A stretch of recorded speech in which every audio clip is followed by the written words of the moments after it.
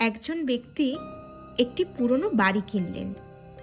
বিক্রেতা তাকে জানালো তার চাকরির ট্রান্সফার হয়ে গেছে দূরের শহরে, তাই আসবাব সহই বাড়ি বিক্রি করে দিলেন। নতুন মালিক কোনো আসবাব নড়াচড়া না করেই সেখানে থাকা শুরু করলেন। 2 বছর পর বাড়ির রং ফিকে হয়ে যাওয়ায় তিনি ঘরের রং নতুন করে আরেকবার করার সিদ্ধান্ত নিলেন। লোকাল পেন্টার আর শ্রমিক ডেকে আসবাব ও জিনিসপত্র বাড়ির দালানে রাখা হলো। ওই বাড়ির কোণের পুরনো টেবিলটার উপর থাকা পুতুলটিকেও বাইরে রেখে দেয়া হয়। 12 দিন পর যখন রং শেষ হয়ে যায়, আসবাবগুলি আবার পুনরায় ফিরিয়ে আনা হয়। শ্রমিক একবার মালিককে ডেকে জিজ্ঞাসা করে, পুরনো ফেডের পুতুলটাকে ফেলে দেব? মালিক তাতে সম্মতি দেয়। পুতুলটিকে রেখেই বা কি আর হবে? তাই মালিক জানায় সামনের ঝোপলা পরিত্যক্ত যে জমিটি রয়েছে সেখানে যাতে পুতুলটিকে ফেলে দেওয়া হয়। সেই রাতে শ্রমিক বাজারে ডিম আনতে বের হয়। ফেরার পথে ঝোপের পাশে সে দেখতে পায় কি যেন একটা নড়ছে। সে পাত্তা না দিয়ে চলে যায়। ফেরার সময় তার কেমন একটা যেন মনে হতে থাকে। হঠাৎ মনে হয় যেন সাইকেলটা কেমন ভারী ভারী লাগছে। হ্যাঁ, চারপাশে তখন লোকজনও অনেক কম, কয়েকটা কুকুর ছাড়া আর কিছুই রাস্তায় তেমন নেই। সে ভাবে ঘাড় ঘুরিয়ে কি একবার দেখবে। মনে ভয় জমতে থাকে। তারপর হঠাৎ সাহস সঞ্চয় করে সে ঘাড় ঘুরিয়ে দেখে। সে দেখে যে পুতুলটাকে সে সকালে ফেলে দিয়েছিল ঝোপের মধ্যে, সেই পুতুলটি তার সাইকেলের কেরিয়ারে চেপে বসেছে।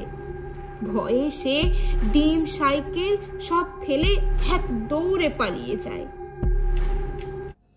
রাত ঠিক 2:30। মালিক টয়লেটে যায়। তার মনে হয় রাস্তার সমস্ত কুকুরগুলো যেন একসাথে ঘেউ ঘেউ করে ডাকছে। তাই সে ভাবে একবার বারান্দায় যাবে। বারান্দায় যেতেই হঠাৎ বারান্দার যে দরজাটা সেটা বন্ধ হয়ে যায়। বারান্দার কোণে থাকা যে দোলনাটা, সেই দোলনার দিকে চোখ পড়তেই মালিক দেখে যে দোলনায় সেই পুতুলটা যেন দুলছে। পুতুলটা হঠাৎ মালিকের কাঁধে লাফিয়ে উঠে চুল ধরে বলে, আমায় কেন ফেলে দিলি? আমি তো 15 বছর নিরিবিলিতে ছিলাম, কারোর তো কোনো ক্ষতি করিনি। এরপর মালিক ভয়ে কেমন করতে থাকে এবং অজ্ঞান হয়ে যায়। তারপর পুতুলটি কোথাও উধাও হয়ে যায়। ভোরবেলা মালিক শ্রমিককে ডাকে, বলে, সাইকেলটা কাল ফেলে গেছিলে না? সাইকেলটা যদি পুনরায় ফিরে পেতে চাও, একটা কাজ করতে হবে। পুতুলটা যেখানে ছিল সেখানে পুনরায় রাখতে হবে। শ্রমিক এবার কি করে? তার তো হাতে আর এছাড়া কোনো উপায় ছিল না। তাই ভয়ে ভয়ে পুতুলটাকে আবার কুড়িয়ে নিয়ে এসে ঘরের সেই কোণে রেখে দেয়, টেবিলের ওপর। মালিকের স্ত্রী জিজ্ঞেস করে, ওই পুরনো পুতুলটা আবার কেন রাখলে? ভালোই তো ছিল, বাইরে পড়েছিল। সে কোনো উত্তর না দিয়ে টিভি চালিয়ে দেয়। অসুস্থতার অভিনয়ও করে। এরপর কেউ আর পুতুল নিয়ে কোনোদিনই কথা তোলেনি। পুতুলও আর কোনোদিন তাদের কোনো ক্ষতিও করেনি।